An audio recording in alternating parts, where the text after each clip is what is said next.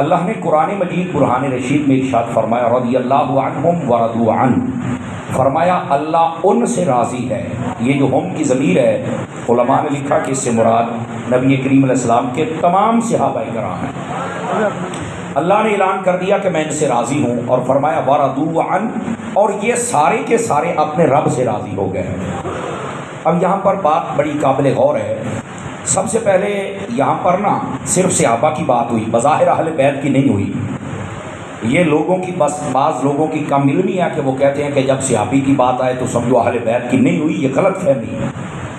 اصل علمی بات یہ ہے کہ جب یہ کہا جائے کہ ہم صحابہ کی شان بیان کر رہے ہیں یا یہ شان صحابہ کا جلسہ ہے، اہل بیت آٹومیٹک اس لفظ میں ہوتے ہیں۔ آپ کہیں گے وہ کیسے؟ وہ اس لیے کہ جو صحابی ہوتا ہے وہ پہلے صحابی بنے گا تو پھر وہ نبی کی اہل بیت میں آئے گا۔ جتنے بھی نبی کے ساتھ خونی رشتہ رکھنے والے لوگ ہیں ان کی بات کر رہا ہوں۔ اگر وہ کلمہ نہ پڑھے، صحابی نہ بنے، تو وہ اہل بیت میں آ سکتے نہیں۔ تو جب انہوں نے کلمہ پڑھ لیا، صحابی بن گئے، تو جب یہ کہا کہ سارے صحابہ عظمت والے ہیں تو ان کی شان بیان ہوگی کہ نہیں ہوگی؟ لیکن اس کے باوجود علماء کہتے ہیں چونکہ فتنوں کا دور ہے تو اس واسطے جب لفظ بولا جائے نا تو لوگوں کو بولنے کا موقع ہی نہیں دینا۔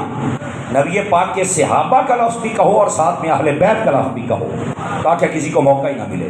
تو ہم یہ کہتے ہیں کہ نبی پاک علیہ السلام کے تمام صحابہ اور تمام اہل بیت یہ وہ ہیں جن سے میرا رب راضی ہو گیا اور میرے رب نے اعلان کر دیا ہے۔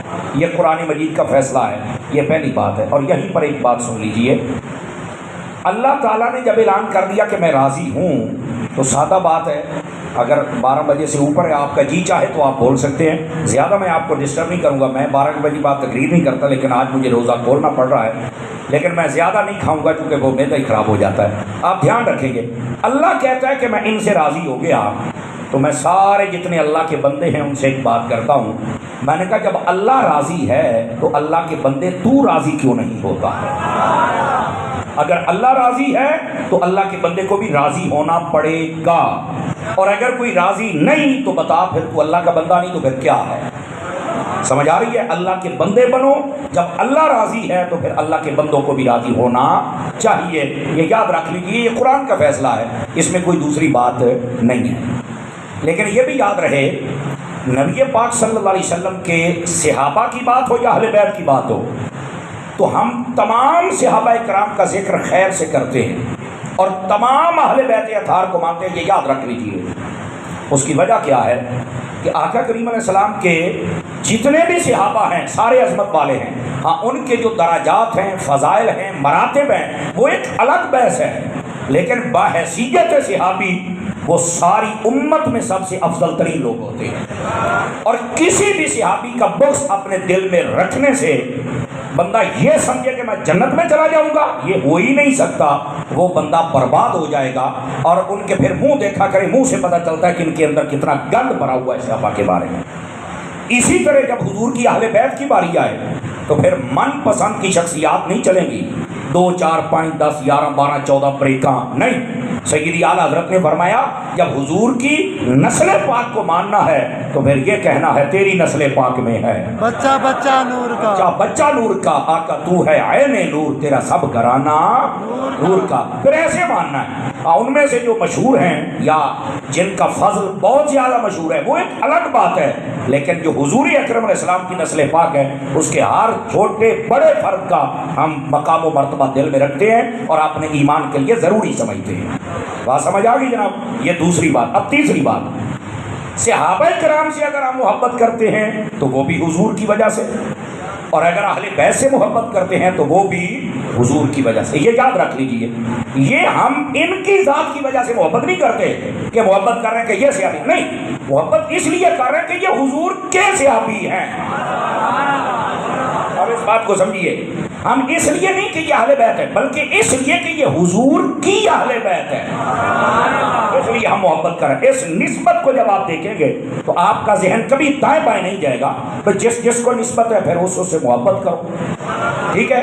یہ ہو گئی تیسری بات۔ اب چوتھی بات سمجھیے دوستان گرامی، ہمارے جتنے بھی دین کے معاملات ہیں اگر آپ ان کو دیکھیں تو روز روشن کی طرح واضح ہیں، اور ان کی میں مثال آپ کے سامنے رکھتا ہوں۔ صحابہ کرام ہوں یا اہل بیت اطہار ہوں، ان کے بارے میں ایک ہوتا ہے ظاہر اور ایک ہوتا ہے باطن۔ ان کے ظاہر پر تو کوئی کلام ہی نہیں کہ بالکل ٹھیک ہے، ان کا جو باطن تھا اس پر بھی میرے رب نے مہر لگا دی ہوئی ہے۔ ہم جتنے بیٹھے ہمارا ایک ظاہر ہے، یہ جو آپ کو نظر آ رہا ہے یہ ہمارا ظاہر ہے، باطن اندر کیا ہے یہ کوئی نہیں جانتا، لیکن جس کا اندر ٹھیک ہو جائے وہ کمال والی شخصیت ہوتی ہے۔ اور یہ نبی پاک کے صحابی ہیں جن کے بارے میں رب نے قرآن میں فرمایا وَأَلْزَمَهُمْ كَلِمَةَ التَّقْوَىٰ، اے محبوب یہ آپ کے جتنے بھی صحابی ہیں، پھر میں کہوں گا اس میں اہل بیت بھی ہیں، فرمایا ہم نے تقویٰ ان کے دلوں میں فٹ کر کے رکھ دیا، ان کا ظاہر بھی ٹھیک ہے اور ان کا باطن بھی ٹھیک ہے۔ یہ یاد رکھ لیجئے، یہ ابتدا میں کچھ باتیں ہیں جو میں آپ کی خدمت میں عرض کر رہا ہوں تاکہ اگلی بات سمجھنے میں آپ کو آسانی ہو جائے۔ اب آ جائیے، یہ 4 باتیں تھیں، اب آ جائیے ذرا 5ویں بات بھی سمجھ لیجئے۔ دوستان گرامی، نبی کریم علیہ السلام کے صحابہ ہوں یا اہل بیت اطہار ہوں، سنی بندہ ان میں سے کسی کی بے ادبی اور توہین یا ہلکے لفظوں کے ساتھ ذکر نہیں کرتا، اور جو ہلکے لفظوں کے ساتھ ذکر کرے یا توہین کرے ہم اسے نہ سنی سمجھتے ہیں، نہ اسے پیر سمجھتے ہیں، نہ مولوی سمجھتے ہیں، بلکہ 12 بجے کے بعد جملہ بول رہا ہوں آپ کی مرضی پہ چھوڑ کے، جی چاہے بولے ورنہ کوئی مسئلہ نہیں، آپ کی توجہ ہے میرے لیے یہی کافی ہے۔ جو بندہ صحابہ اور اہل بیت کے بارے میں ہلکا لفظ بولے ہم اس کو مولوی سمجھنا، نعت خان سمجھنا، پیر سمجھنا یہ تو دور کی بات ہے، ہم بندہ بھی نہیں سمجھتے، یہ یاد ہماری نظر میں وہ بندہ بھی نہیں ہے، بالکل فارغ ہے۔ یہ 5 باتیں اگر آپ کو سمجھ آ گئی کہ نبی پاک علیہ السلام کے صحابہ اور اہل بیت کے بارے میں ہمیں ابتدائی نظریہ کیا رکھنا ہے، اب آ جائیے ذرا میں حدیث پاک آپ کے سامنے عرض کروں کہ آقا کریم علیہ السلام نے اپنی اہل بیت کے بارے میں کیا فرمایا، اور اس حدیث پاک کو آقا کریم علیہ السلام کے صحابی حضرت سیدنا ابو ذر غفاری رضی اللہ عنہ آپ نے روایت کیا ہے۔ آپ ایک دن آئے خانہ کعبہ کے اندر، خانہ کعبہ کا دروازہ پکڑ کر آپ نے فرمایا من عرفنی فقد عرفنی ومن لم یعرفنی فانا ابو ذر، فرمایا جس نے مجھے پہچان لیا پہچان لیا، اور جس نے نہیں پہچانا سن لے میں حضور کا صحابی ہوں اور میرا نام ابو ذر ہے۔ آپ نے اپنا تعارف کروایا، سارے جتنے خانہ کعبہ میں طواف کرنے والے لوگ تھے مطاع میں، انہوں نے جب سنا تو بھاگ کے آپ کے پاس آ گئے کہ حضور کے صحابی آئے ہیں، اور انہوں نے اپنا تعارف کروایا۔ حضور آپ نے یہ کیوں اتنی بلند آواز سے کہا؟ فرمایا میں تمہیں ایک حضور کی حدیث سنانا چاہتا ہوں، سمجھ آ رہی ہے؟ انہوں نے کہا جی آپ سنائیے کیا حدیث ہے؟ تو حضرت ابو ذر غفاری کہنے لگے سمعت رسول اللہ صلی اللہ علیہ وسلم یقول، میں نے اپنے محبوب کریم علیہ السلام سے سنا، وہ فرماتے ہیں مثل اہل بیتی کمثل سفینۃ نوح فمن رکبها نجا ومن تخلف عنها فقد غرق، او کما قال علیہ السلام، میرے نبی نے فرمایا تھا۔ اب یہ ہے صحابی اور شان اہل بیت کی بیان کر رہا ہے، اور کعبے میں کھڑے ہو کے مجمع کے سامنے، اور کیسے لفظوں میں فرمایا نبی پاک نے فرمایا ہے میری اہل بیت کی مثال آسمان کے، میری اہل بیت کی مثال حضرت نوح علیہ السلام کی کشتی کی طرح ہے، جو کشتی میں بیٹھ گیا وہ کامیاب ہو گیا، اور جو اس محبت کی کشتی میں نہیں بیٹھا وہ غرق اور برباد ہو گیا۔ یہ حضرت ابو ذر غفاری ہیں جو حدیث بیان کر رہے تھے، لیکن یہاں پر سنیے اور اس بات کو بڑے غور سے سنیے، صرف کشتی میں بیٹھ کر، اگر آپ کا کوئی بندہ نیوی میں ہے تو آپ اسے پوچھ لیں، ورنہ آپ گوگل سرچر بیٹھے گوگل پہ سرچ کریں، سمندر میں چلنے والی کشتی وہ کنارے پر کیسے لگتی ہے؟ وہ کنارے پر اس کا جو روڈ میپ ہوتا ہے نا وہ آسمان کے ستارے ہوتے ہیں، وہ آسمان کے ستاروں کے ساتھ تعین کرتی ہے کہ میں نے کس سمت جا کے کنارے پر لگنا ہے، ورنہ وہ تیرتی تو رہے گی لیکن کبھی کنارے نہیں لگے گی۔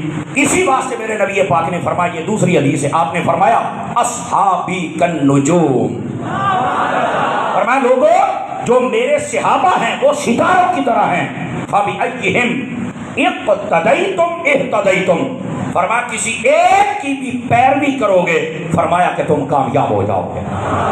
اب یہاں پر کیا مطلب ہے؟ مفتی احمد یار خانیمی نے لکھا یہ 2 حدیثیں ملاؤ گے تو مفہوم آپ کو سمجھ آئے گا۔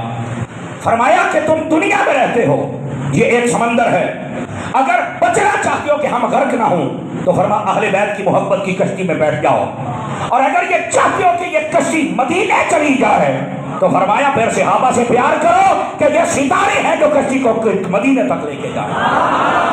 اب یہ دو چیزیں جب ملائیں گے تو یہ بات واضح ہو جاتی ہے کہ نہ ہمارا گزارا ستاروں کے بغیر ہے جو نبی کے صحابی ہیں، اور نہ ہمارا گزارا کشتی کے بغیر ہے جو نبی کی اہل بیت ہے۔ ہمیں نبی کی اہل بیت سے بھی پیار کرنا ہے اور نبی کے صحابہ سے بھی پیار کرنا ہے۔ اب بات سمجھ آ گئی آپ سبھی حضرات کو؟ تو ایک چیز کو لے کر بھاگنے والے وہ ذرا سوچیں، اگر ستارے ہیں تو تمہارے پاس کشتی نہیں۔ سمجھ آ رہی ہے نا؟ میں نے پھر کہا کہ پھر کہہ دوں کہ 12 بجے کے اوپر ٹائم ہو گیا، آپ کو تنگ نہیں کروں گا، آپ نے صرف توجہ رکھنی ہے۔ آپ کے پاس ستارے ہیں پر کشتی نہیں ہے، اور جو محبت یا اہل بیت کا نعرہ لگاتے ہیں تمہارے پاس کشتی ہے پر ستارے نہیں ہیں۔ میں دھیرے سے بات کہہ رہا ہوں، ایک سنی خوش نصیب ہے جو کشتی میں بیٹھا ہوا ہے اور ستاروں کو دیکھ رہا ہے۔ اس کشتی سے بھی نہیں نکلنا اور ستاروں سے بھی آنکھیں پیچھے نہیں کرنی، تب آپ کا جو منزل ہے اس پر آپ پہنچ سکتے ہیں۔ لیکن مفتی احمد یار خانیمی نے ایک بڑی پیاری بات لکھی، توجہ ہو تو سنا دوں آپ حضرات کو۔ آپ نے فرمایا کہ نبی پاک علیہ السلام نے جو یہ فرمایا کہ میرے صحابہ ستارے ہیں، تو صحابہ کو ستارے کیوں کہا؟ فرمایا ستارے اونچے ہوتے ہیں، صحابہ بھی اونچے ہیں، پہلی بات۔ دوسری بات فرمایا جو ستارہ ہوتا ہے اس میں چمک اور نور ہوتی ہے۔ توجہ کریں تاکہ آپ کو بات سمجھ آ جائے۔ جو بھی ستارہ ہے وہ نور والا ہوگا، وہ بے نور نہیں ہوگا۔ فرمایا جو بھی مصطفیٰ کا صحابی ہے وہ بھی نور والا ہے، وہ بے نور نہیں ہو سکتا۔ یہ بات ہے۔ اچھا ستارے کیوں کہا؟ فرمایا ستارے اونچے ہوتے ہیں اور دنیا میں ایسے کتوں کی ایک نسل ہے۔ اچھا یہ بنا کے بات نہیں میں کر رہا، یہ علماء نے لکھا ہے۔ کتوں کی ایک نسل ہے کہ جب ستارے طلوع ہوتے ہیں نا تو یہ ستاروں کو دیکھ کر بھونکتے ہیں، لیکن وہ بھونکتے ہی رہتے ہیں چونکہ کتے جو ہوئے۔ اسی طرح صحابہ پر جو بھونکتے ہیں وہ بندے نہیں، وہ کتے ہیں، بندے نہیں ہیں، وہ کتے ہیں، یاد رکھ لیجیے۔ آواز سمجھ آئی ہے؟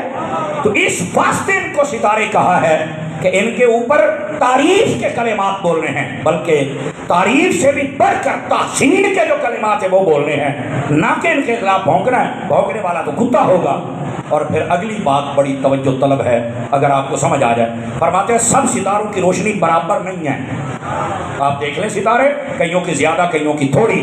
فرمایا اسی طرح صحابہ کرام کے آپس میں جو مرتبے ہیں وہ بھی برابر نہیں ہیں۔ کوئی ابو بکر ہے، کوئی عمر ہے، کوئی عثمان ہے تو کوئی علی ہے۔ اور آپ کہتے ہیں کہیں پر ستاروں کا جھرمٹ ہوتا ہے، تو میں نے کہا کہیں عشرہ مبشرہ ہے، توجہ ہے نا؟ کہیں بدر والوں کا جھرمٹ ہے، کہیں احد والوں کا جھرمٹ ہے، اور کہیں پر بیعت رضوان والے ہیں۔ یہ ستاروں کے ساتھ جب تشبیہ دی جائے تو اتنے انداز کے ساتھ ہمیں صحابہ کرام علیہم رضوان کا مقام سمجھ آ جاتا ہے۔ یہ تھی 2 حدیثیں اور اس کے تحت ضروری سبق جو میں نے عرض کیا۔ اب آئیے تیسری حدیث۔